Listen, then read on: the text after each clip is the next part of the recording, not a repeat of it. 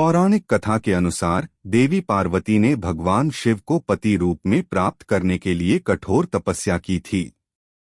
उन्होंने कई वर्षों तक बिना भोजन और जल के कठिन व्रत और तप किया। उनकी कठोर तपस्या से तीनों लोक, स्वर्ग, पृथ्वी और पाताल हिल गए।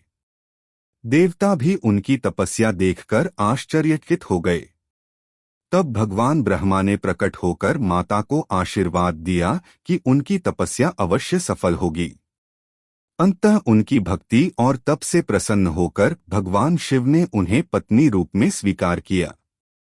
इसी कारण उन्हें ब्रह्मचारिणी कहा जाता है। महत्व: मां ब्रह्मचारिणी की पूजा करने से धैर्य, तप, संयम और साहस की प्राप्ति होती है। जीवन में विद्या, भक्ति और वैराग्य की वृद्धि होती है। भक्त को कभी हार नहीं मानने और कठिनाइयों का सामना